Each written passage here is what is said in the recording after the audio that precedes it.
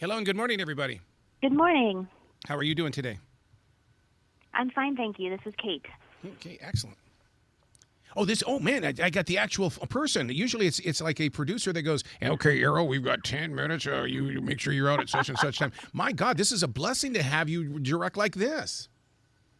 This is the number they gave me. Well, it's a publicist said, call this number at 10:30. So here I am. I love it. I love it. You are the author of Equal Partners. We are in a place of the world right now where equal means a lot more than just a word. It has to happen. There has to be activation. I completely agree. I think that we haven't, I think that there's a perception perhaps that we have parity, but there's still some major work to go. I read an article this morning because a lot of businesses are really enforcing their employees to come back to work, and they said that the playground or the actual working grounds are much different these days because being at home gave them courage and confidence to be stronger as individuals. But being back in a group effort, we're going to have to work on that word equal. I agree, and I think we need to be really clear about what work has to be done to be on equal footage. And so I like to talk a lot about cognitive labor because I think sometimes we get hung up with who's washing the dishes and who's vacuuming the carpet and who's doing the clothes. But there's so much anticipating work, schedule planning.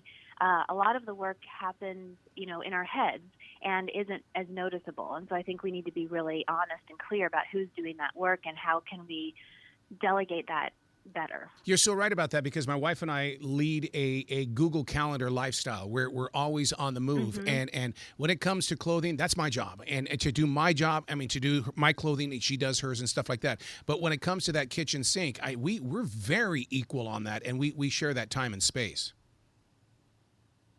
Right. And I think that, so we know that, from the journals, when couples keep household chore journals, that's the word I'm looking for, we've seen that we have come a long way since 1965 when people started those chore journals, that we're seeing more parity in the household. But those chore journals aren't capturing the cognitive labor so much. They're really focusing on the physical tasks. So, in some ways we don't really have correct data on who's doing that cognitive labor. Yeah, because there's a lot of things that I do today that my father would have never been caught dead doing, and it's like, oh my, mm-hmm. I didn't like it when I was a kid, and I knew I didn't want to do it as an adult. Can you give me an example? My mom was always waiting on him, hand and foot. And I always thought, wow, okay. don't you have a feet, Dad? Get up and you go do it. Right. Come on. Right.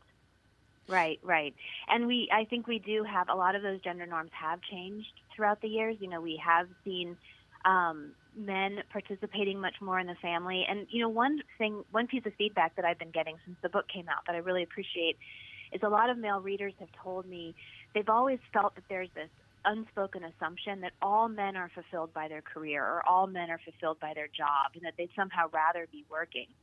And I've had a lot of men reach out to me say, I don't love work. I would actually much rather be at home. I'd rather be with my kids. I'd rather be with my spouse. And so just being honest about, having everyone have time for income generation, whether it's fulfilling or not, and everyone having time for real, honest, household participation, because I think that's where fulfillment often lies with people. Well, this book comes out at the perfect time. Equal Partners is the name of the book. Kevin Hart has a brand new movie on Netflix, and it's about him being a stay-at-home father, and he has to kind of get into his mindset that this is still a very important position.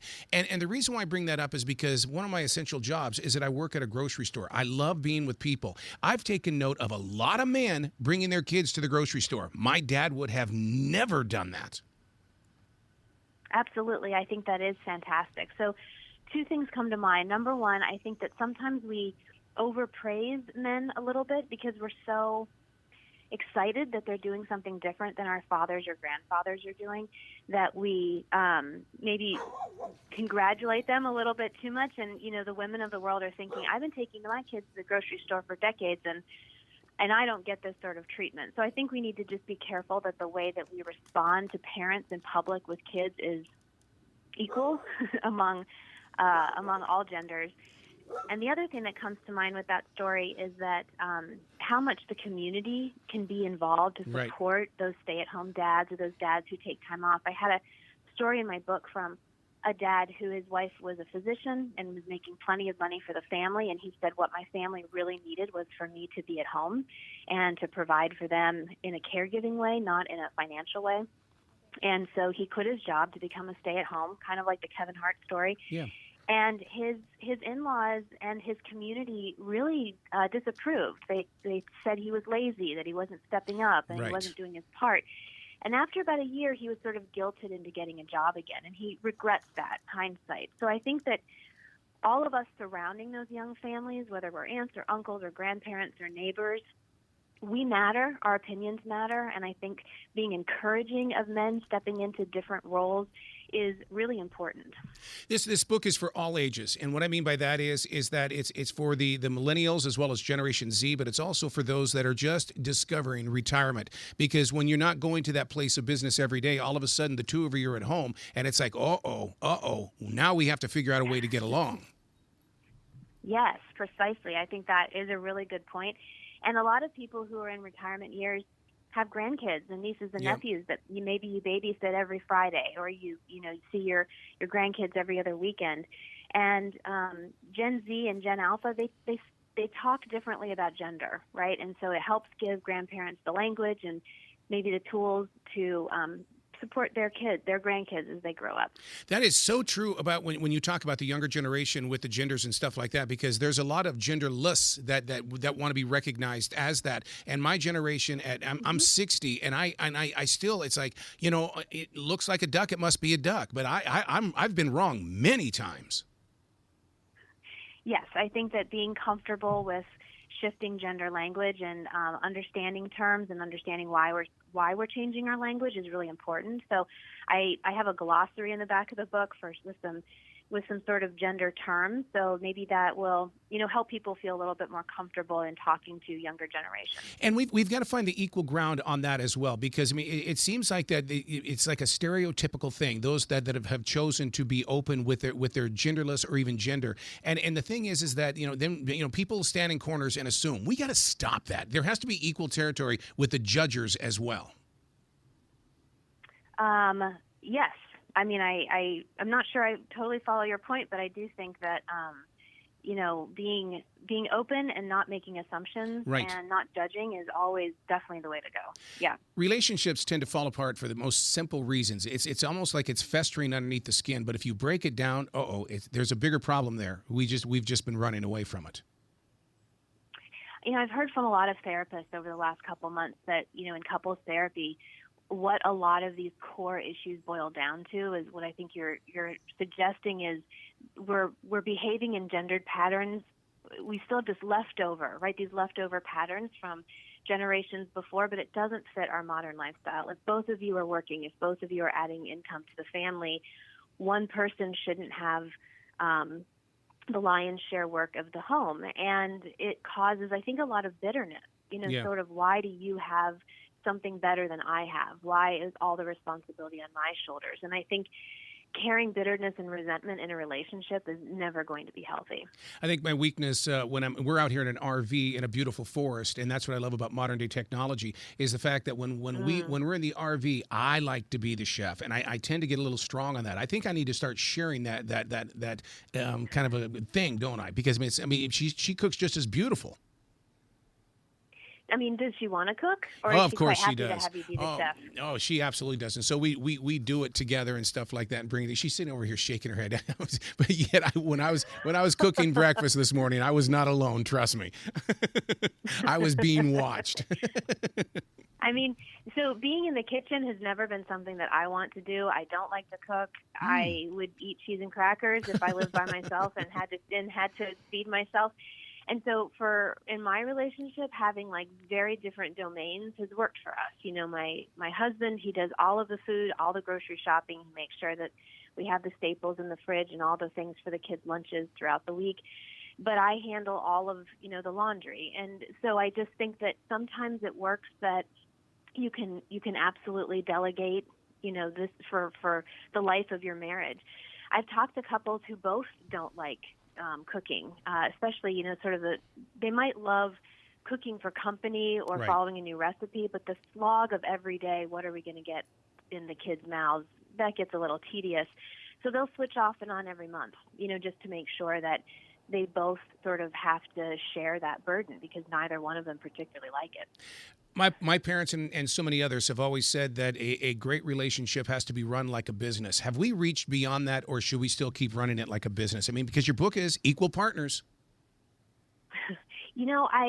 That's a really great question, and I think that there are models from business. So businesses tend to be hierarchical, right? There's someone on top, there's a That's CEO right. or a director, Yep.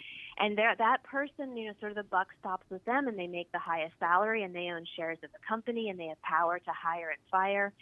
And if you have two people, in a single adult household, that works great. But when you have a partnership, I don't know if that model necessarily translates. I know that there are a couple current businesses that do have like a truly co-director, co-CEO model. It would be interesting to see if lessons could be derived from that. So when it comes to the television remote control, who has control? In my household or in all households? Yours. My kids, but that's obvious. That's obvious. The kids have absolute control. But nowadays, it's not even the remote; it's the computer because Yes. everything is streamed, right? So they have control of the mouse.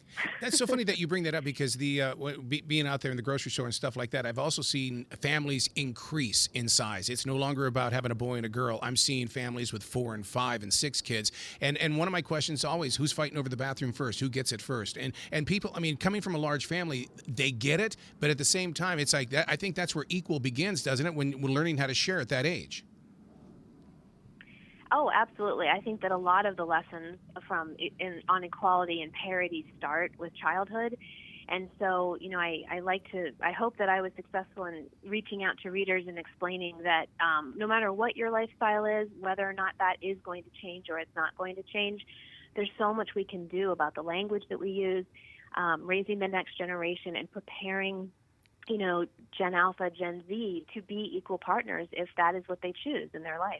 Are you going to take the book up to another level into the way that, because people are going to read the book, but they're going to, they're going to be out and about and they're going to hit the websites and stuff like that. Do you have a website where people can go and continue to learn? Because this to me is just the beginning. You are just starting here. Yes, I would agree with you, and I thank you for that offer. I have my website, katemangino.com, where I always have events and conversations and ways to reach out to me.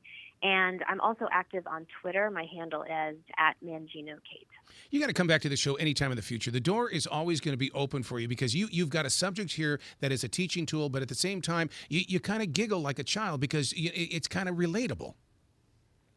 Well, I appreciate that. Thank you very much, and I would love to come back. Excellent. Well, you be brilliant today, okay?